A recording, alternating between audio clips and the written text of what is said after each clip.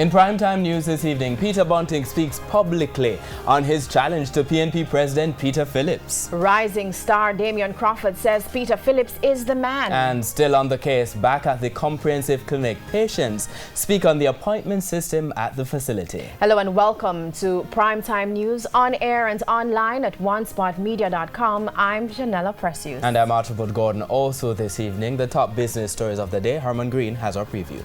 Thanks, Archie. Janella, imagine this. Staying at a hotel equipped with artificial intelligence for your comfort. Sounds far-fetched? Well, it's not. Sandal says that's the plan for its next resort right here in Jamaica. The details in the business day.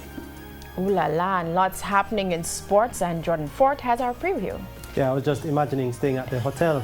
But the West Indies actually had their hopes of moving into the top 4 of the ICC Cricket World Cup washed away today. I'll tell you more about that in Primetime Sports Monday.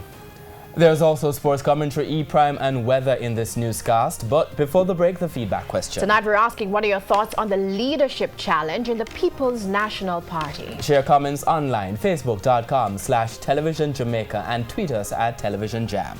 Please stay with us. Primetime News returns after this break.